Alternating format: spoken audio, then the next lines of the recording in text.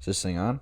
It is. All right, welcome back to Layup Lines, the college basketball best bets and preview show here. I'm your host, DaRock. We're getting close, man. Only 40 days until Selection Sunday, so college basketball really heating up. I know it's Super Bowl this weekend, but college basketball really starting to kind of take the forefront here. So we're going to go through top. You got a lot of mid-major games that are good this week, kind of slower slate on the power conference games, but still a lot of games there where, like I said, going to go through these projections, give my predictions for these games. So if you enjoy college basketball content like this, make sure to like the video, subscribe to the channel, comment your picks down below. I do want to shout out quick. I'm trying to do shout outs, like I said. Most episodes here when people drop picks. My guy on Spotify, Draw, once again, got to give him another shout out. This time he was cooking with his Missouri Valley picks. Had Belmont over Murray State and Bradley over Drake. So we'll see. Might have to get him on too as our MVC expert here in a couple of weeks. So like I said, if you comment your picks, I'll give you a shout out. And hey, if you comment if you want to come on, talk some conferences. Like I said, it was a lot of fun on Friday with A10 Superfans. So let's get into these picks.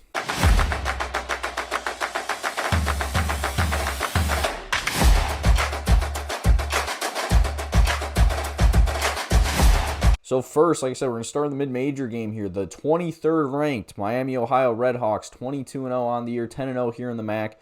Head to the Buffalo Bulls, 14-8, 4-6 in the MAC. This one's at 6:30 Eastern Time on ESPN+. So these two teams already played this year. It was a thriller. Miami won 105-102 in overtime at home. They now head to Buffalo in this one. So the leaders for these two teams, Byers, the leading scorer with Miami, averaging 15 points per game. Ian Elmer, leading rebounder, with 6. And then Luke Skaljak, the leading assist man, with 4. For the Bulls, Dylan Freitag, their leading scorer and assist man, with 20 points, 3 assists. And then Noah Batchelor, their leading rebounder, with 4.8 points. Looking here, efficiency-wise, Miami, 64th in offensive efficiency, 175th in defensive. Buffalo, 120th in offensive, 298th in defensive. Miami shoots 48% from the floor, 37% from 3. Buffalo shoots 46% from the floor, also 37% from 3. Miami, 43rd in the country here in pace to Buffalo's 220th, so they're going to want to play a faster game here, kind of speed this one up. And I mean, as you saw, that first game, granted, went to overtime, but was played like in the hundreds. Very rare you see triple digits for both sides here in a college basketball game. Projection-wise, this one's expected to be a close one. Miami to pull out a 4-point win. But I don't know, man. I feel like we're looking at the end of the road here for this Redhawks undefeated streak here pretty soon. It's been a pretty, it's been a fun story, one of my favorite stories in college basketball. But I think I am going to go with Miami to win this one. Like I said, they already beat Buffalo this year. It is tough to beat a team twice, especially how hard they played them the first time. But I think because of that, Miami's going to come ready. It's just then will we see, can they remain undefeated? They're going to have to head to Marshall in the MAC Sun Belt Challenge this week. But give me Miami to improve to 22 or 23-0 here. Then going on to the power conference games, starting in the SEC, where the Ole Miss Rebels, 11-10 on the year, 3-5 in the SEC, head to the 25th ranked Tennessee Volunteers, 15-6, 5-3 in the SEC. This one's at 7 Eastern Time on ESPN2 here on Tuesday. So Ole Miss, 3 straight losses to Vanderbilt, at Kentucky, and at home versus Auburn. After their previous 2 wins. 2 games before that, a thriller in overtime at Georgia, and then beating Mississippi State at Mississippi State as well. Tennessee, they're on the other side of the coin here. 3 straight wins after that loss to Kentucky, knocking off Auburn 77-69 over the weekend, and then a win at Georgia in overtime last week, and beat Alabama at Alabama the weekend before that. So Volunteers playing some good ball here. They're led by Jacoby Gillespie, scoring 18 points per game with 5 assists, and then Nate Ament, their leading rebounder, who's been playing really well here as of late. For Ole Miss, A.J. Storr, their leading scorer, with 14 points. Malik Dia, leading rebounder, with 6. And then Kamadarni, their leading assist man, with 4. So looking here at the projections in this one, Mississippi, 91st in offense efficiency, 60th in defense. Tennessee, 31st offense, 21st defense. Tennessee shoots 49% from the field, 37% from 3. Ole Miss shoots 45% from the field, 35% from 3. Both these teams play, a pretty slower pace game, both in like the 270s, 290s here in pace. So similar styles here, and when it's similar styles like that, I just kind of lean on whichever team's the better team, especially them playing here at home. I like Tennessee in this one. Like I said, Nate Ament's been playing really well, has really come into his own as of late, and I just don't think that Ole Miss is going to have an answer for him, so give me the Volunteers to take this one. Then moving on in Power Conference play next, we have NC State, 16-6 on the year, 7-2 in the ACC, head to this 15-6 SMU Mustangs.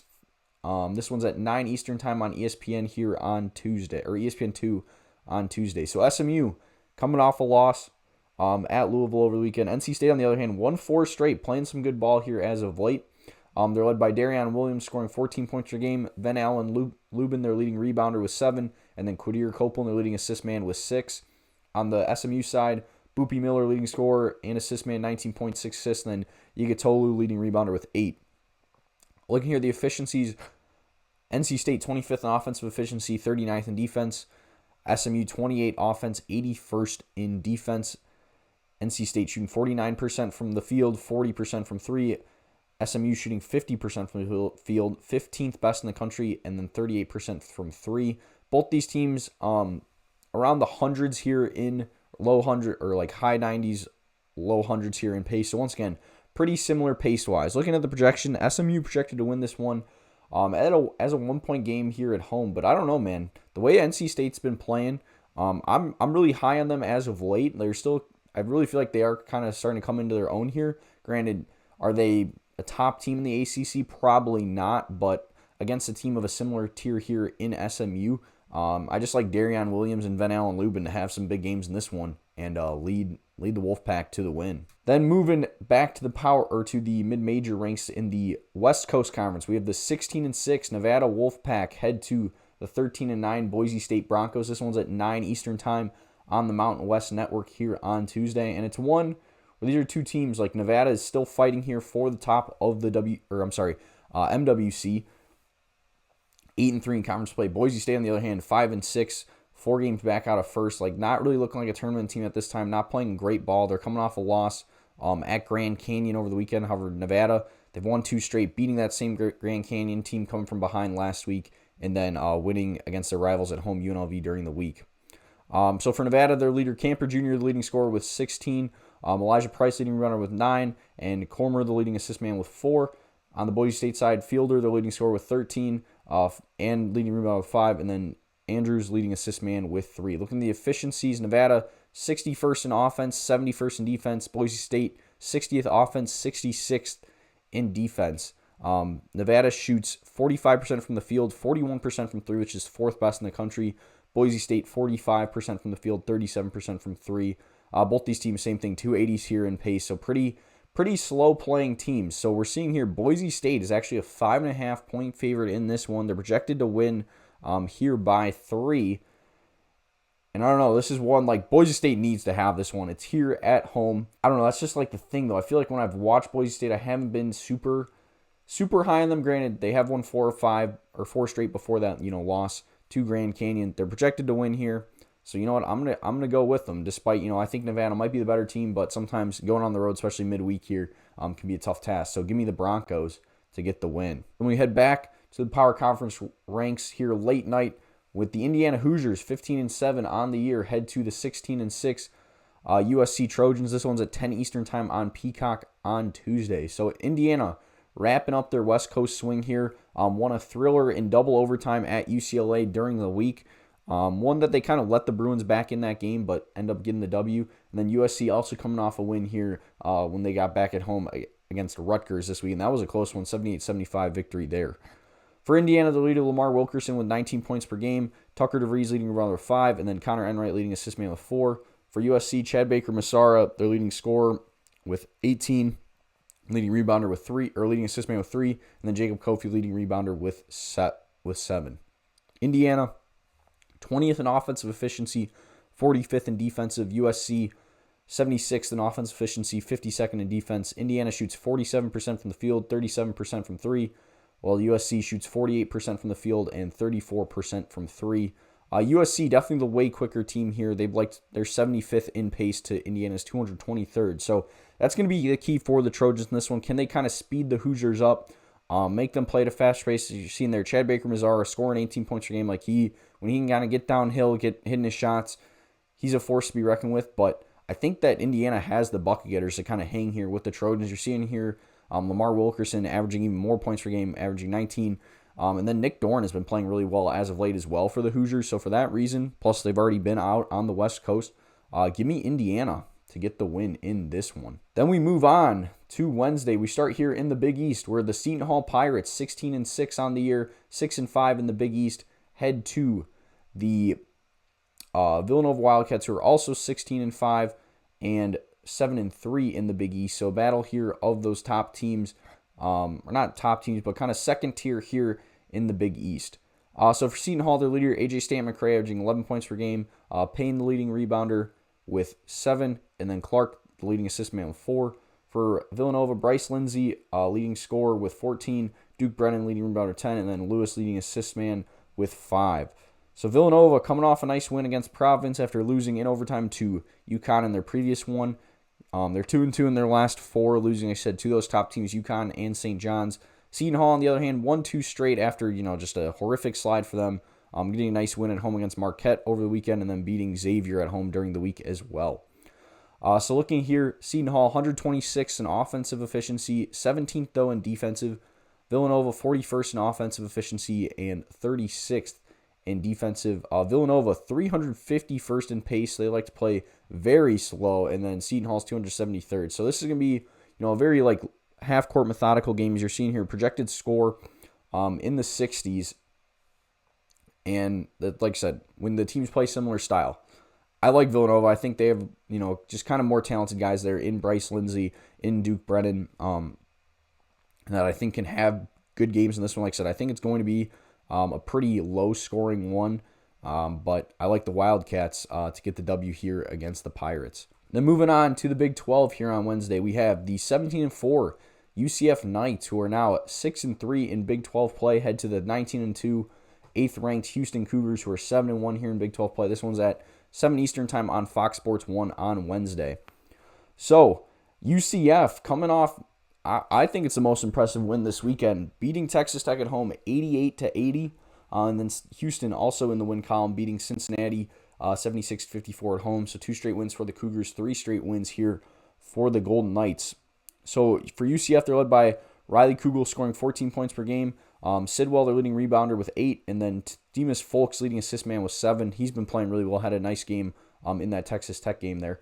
On the Houston side, Kingston Fleming's leading scorer with 17. Chris Sinak, leading rebounder, with 7. And then Kingston Fleming's also leading assist man with 5. Looking here at the efficiencies, UCF 37th in offensive, 74th in defensive. Houston 23rd offense, 6th most efficient defense. Houston shoots 45% from the field, 36% from 3, to UCF's 49% from the field and 38% from 3, which is 19th best here in the country. UCF 80th in pace to Houston's 309th, so they're definitely going to try to speed this one up. And that's really kind of how they're going to have to win. They're going to have to play fast, get up a lot of shots, and try to, just kind of get Houston out of their rhythm, where Houston likes to play a very defensive, methodical game. I mean, that's how they've been here this entire time under Calvin Sampson. But at times, Kingston Fleming can heat up. He had 40 points in their loss to Texas Tech.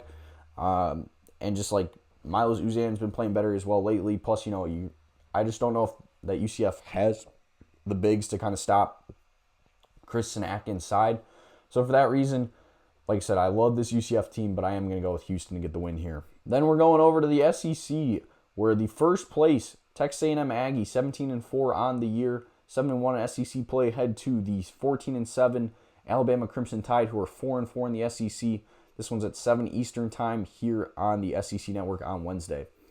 So for Texas A&M, Reggie Agee, their leading scorer and rebounder, 13, nearly 14 points per game, 9 rebounds, and then Lane, the leading assist man, with 4. On the Alabama side, LeBaron Philon, leading scorer, 21, and then 5 assists, and then Amari Allen, leading rebounder, with 7. So Alabama just got absolutely destroyed by Florida this weekend, losing 100-77. Charles Bediako, kind of like Coach Todd Golden said here for the Gators, Charles Bediako, no problem. Doesn't matter. Florida still just dominates inside. And then Texas A&M, they've won 4 straight. They win at Georgia 92-77, where Agee had a big one in that game. And I kind of think he's due for another big game here. So Alabama, looking here at the stats, they're 5th in offensive efficiency, 41st in defense efficiency. Texas A&M 21st or 24th offense, 37th defense. A&M shoots 47% from the field, 37% from three, to Alabama's 48% from the field and 36% from three. Both these teams play fast. Alabama 5th in pace, Texas A&M 28th in pace. What I really think here could be the difference is, like I said, just that kind of inside battle here where I think Agee can have a big game. Like we kind of saw it here. Alabama really struggled with Florida's bigs in that game, and once again, this is another guy that might struggle. Granted, I think Florida's bigs are probably still more talented, but Reggie Agee's had some big games here lately. I think he has another big one here.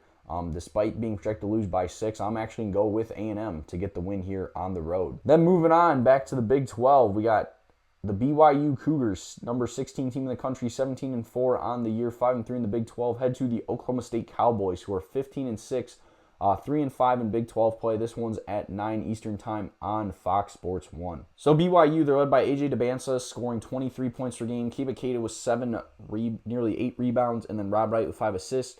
For Oklahoma State, Roy, their leading scorer was 17. Parsa Follow, their leading rebounder, was 6. And then Clary, their leading assist man, with nearly 5. So BYU's lost 2 straight games. Close one at home against Arizona during the week, and then lose 90-82 at Kansas, game that they got dominated in the first half, but came back, made it a game here in the second half. Oklahoma State won at Utah after losing their previous 2, so back here in the win column for the Cowboys. BYU 12th in offensive efficiency, 33rd in defense. Oklahoma State 57th offense, 82nd defense. BYU shoots 48% from the field, 93% from 3. Or I'm sorry, 36% from 3. I don't know what I'm saying there. Oklahoma State 47% from the field, 36% from 3. Oklahoma State is 17th in pace. BYU is 50th. So both teams that like to play relatively fast. Now, this is one here. Oklahoma State at times can be a tough place to play. That's why I think it's kind of projected to be a close one. It's pretty high here, 3.5 out of 4 stars in the kind of must-watch scale here on Haslametrics. And I don't know, like I said, BYU, I just really haven't been super impressed with them lately. Plus, they now have to take on Houston this weekend. Like, it's a very tough week for them. Here, this is probably their easiest game in the middle of this tough stretch where, Arizona, Kansas, Oklahoma State, and then Houston. But it's one like they can't let up. So I think if the Cougars are locked in, they should win this one. If they don't, if they're not, it honestly could be an Oklahoma State upset. But like I said, they really need this one. So give me BYU to get the win here. Then moving on back to the Big Ten, another late night one we'll feature here. The Iowa Hawkeyes, 16-5 on the year, 6-4 in the Big Ten, head to the 12-10 Washington Huskies, who are 4-7 in Big Ten play. This one's at 11 Eastern time on the Big Ten Network. So Iowa led by Bennett Sturtz, scoring 19 points a game with 5 assists, and then Tavion Banks, leading rebounder with 4. On the Washington side, Haynes Steinbach, leading scorer and rebounder, 17 points, 11 assists, and then 11 rebounds, and then Zoom Diallo, leading assist man with 4. So both these teams coming off of wins. Washington winning at Northwestern 76-62. Iowa has won 4 straight. They're already in the Pacific Northwest, taking down Oregon 84-66, behind 32 points from Bennett Sturtz in that one. So Hawkeyes are playing some really good ball as of late. They actually cracked the top 25 in my rankings this week. They're 21st in offensive efficiency, 12th in defensive to Washington's 63rd offense, 44th defense. Washington shoots 47% from the floor, 34% from 3, to Iowa's 51% from the floor, 5th best in the country, and then 38% from 3. Iowa also likes to play pretty slow here, 337th in pace to Washington's 207th. So both kind of slower teams like to slow this one down, but still Iowa can fill the bucket. Like I said, Bennett Sturtz, 30 points in his last one. Both these teams are scoring 78 points per game. And Haynes Steinbach's a fun player to watch. That's kind of why I'm featuring this one. Plus, just not a lot of great Big Ten games this week, in all honesty. So, like, Steinbach and Sturtz, like, I could see this one maybe being a shootout between the two of them. But, like I said, Iowa's already out here in the Pacific Northwest, killed Oregon already, and now they take out a Washington team that's slightly better. I mean, not slightly, definitely better, but still not great. So give me the Hawkeyes to get the win there. Then to close out Wednesday here, we're going back to the Mountain West, where the Utah State Aggies, 18-3 on the year, 9-2 in the Mountain West, head to the New Mexico Lobos, who are 18-4 on the year, also 9-2 in the Mountain West. This is one of the game between two of the 3 teams that are tied for first here in the Mountain West. So MJ Collins Jr., leader for Utah State with 18 points. Mason Falslev averaging nearly 6 rebounds, and then Allen with 5 assists. Jake Hall leading scorer for New Mexico with 15 points. Bulan leading rebounder with 10, and then Albury leading assist man with 3. So both these teams red hot as of late. Utah State has won 3 straight, taking down San Diego State, the other team that's here at the top of the Mountain West over the weekend. And then New Mexico State won 4 straight. They won at San Jose State by 10 during the weekend here. Utah State 42nd in offense efficiency, 31st in defense. New Mexico 53rd offense, 27th defense. The Lobos shoot 46% from the floor, 36% from 3. Utah State 49% from the field, nearly 50%, which is 17th best in the country, 35% from 3. New Mexico likes to play a lot faster. They're 54th in pace to Utah State's 143rd. And that's where I think this one, New Mexico being here at home, it is a rowdy environment. I think they are going to be able to speed this one up, play it at a faster pace here. They're projected to win this one by 3. Like I said, all these teams atop the Mountain West here, I think, really are talented in Utah State, New Mexico, and San Diego State. Like I all have them. Utah State, I think, is the best of the bunch, but with this game being in New Mexico, like I said, I think it's really hard to win on the road. The pit there is a really tough place to play, so I am going to go with the Lobos in this one. Then the final game I'm going to feature here, the only one on Thursday. A couple power conference games at Thursday, but I think this is the best one. We have the West Virginia Mountaineers, 14-8 in the Big 14-8 overall, 5-4 in the Big 12. Head to the Cincinnati Bearcats, who are 11-11 on the year, 3-6 in the Big 12. This one's at 7 Eastern time on ESPN2. So kind of a bit of a rivalry here from these being the two kind of East Coast teams in the Big 12. West Virginia coming off a loss at home against Baylor. And then Cincinnati, like I just mentioned, lost at Houston. However, did beat Baylor in that previous game. So these are two teams, not maybe the greatest teams. Huff, the leading scorer for West Virginia with 15 points per game. Lorient, their leading rebounder with 5. And then Floyd, leading assist man with 3. On the Cincinnati side, Baba Miller, leading scorer and rebounder, 13 points, 10 rebounds. And then Day Thomas, leading assist man with 3. So West Virginia is 123rd in offense efficiency, 46th in defense. Cincinnati, 187th offense, but 24th defense. The Bearcats shoot 43% from the field, 31% from 3. West Virginia, 45% from the field, 36% from 3. West Virginia, very slow here, 364th in pace out of 365 teams. Almost makes Cincinnati look fast. They're 162nd in pace. So, like I said, this is a bit of a rivalry game here with these two teams, being from similar areas. Cincinnati projected to win by 3 here at home, but I don't know. I kind of see this being a big game. I don't know how he's not one of the leaders. Trayson Eaglestaff has been playing really well for the Mountaineers as of late. I think he's going to have a big one in this one. I think him and Baba Miller are probably the two best players out here on the floor, where I could see them kind of going back and forth here too. And it just kind of depends. Can West Virginia, take possessions out of the game, or will Cincinnati be able to play a little bit quicker? I think West Virginia's be able to slow this one down, and I think they get the win here. So looking here at the rest of the matchups this week, here on Tuesday, we got Boston College heading to Duke. Blue Devils should roll in that one, but anytime you get to watch Cam Boozer and them, that's a lot of fun.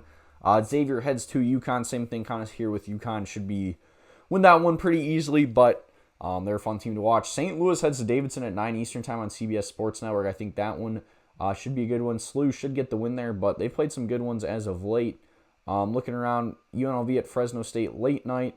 UIC, who's been playing pretty well, heads to Murray State. That's a good MVC battle there. Little Rock and UT Martin, two of the better teams in the OVC, could be fun. But, definitely a slower night here on Tuesday. Then moving on to Wednesday, Northwestern Illinois rivalry game. I didn't touch on Illinois, won pretty handily the first time, but we'll see. Michigan State heads to Minnesota. Minnesota's already pulled off a couple upsets at home, so we'll have to see how that one goes. Louisville hosts Notre Dame. Oklahoma and Kentucky could be a fun one, depending on how Kentucky plays. Already talked about Seton Hall, Villanova. Clemson heads to Stanford, and what maybe is a little tough West Coast trip there, but we'll see. Tulsa and FAU, two of the top teams in the American. I like Miles Barnstable to have a big one there for the Golden Hurricanes, get the win there. Colorado, Baylor, like a decent Big 12 game. Butler and Providence, same thing. Two teams that are like decent in the Big East, probably not tournament teams, so that one should be fun. Arizona State, Utah, two bottom of the barrel teams here in the Big 12. Duquesne heads to George Mason. George Mason kind of underrated here. We got at 11 Eastern time, Washington State, Oregon State. The current WCC, former Pac-12, kind of bringing that back. Those two teams. St. Thomas and South Dakota State on CBS Sports Network at 7 Eastern to be a really good Summit League contest. Those are two of the top teams there in that league. Rice and North Texas also do battle to the top teams in the American. So definitely some good mid-major games here on Wednesday. And then just wrapping up on Thursday, Penn State and Michigan, they played a close one the first time, but Michigan now at home projected to win by 30. Ohio State heads to Maryland, but they're projected to win that one. Maryland really bad this year. Memphis and UAB, the Battle of the Bones rivalry game there. UAB projected to win, but that should be a good one.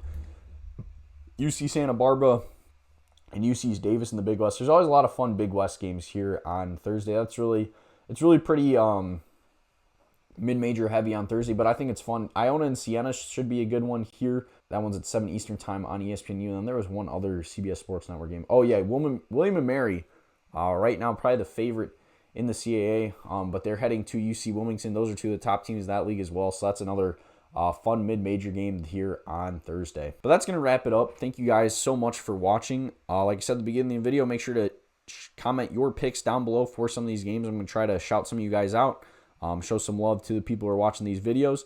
Make sure to subscribe to the channel. Like I said, we're going to be doing at least 3, maybe even 4 videos here a week, maybe even 5. Who knows? Coming up here through Selection Sunday. Like I said, we're getting to the nitty-gritty here of college basketball season. So a lot of college basketball content coming here on the channel. While you're down there, liking, subscribing, commenting, check out all my other socials. Been posting a lot of stuff on there. Like I said, same thing, like clips of these videos, graphics of my games to watch, stuff like that. So a lot of good content here coming from the Shoot DaRock Content Factory. So make sure you're subscribed, follow me everywhere. Thank you guys so much for watching, and I'll see y'all next time. Peace.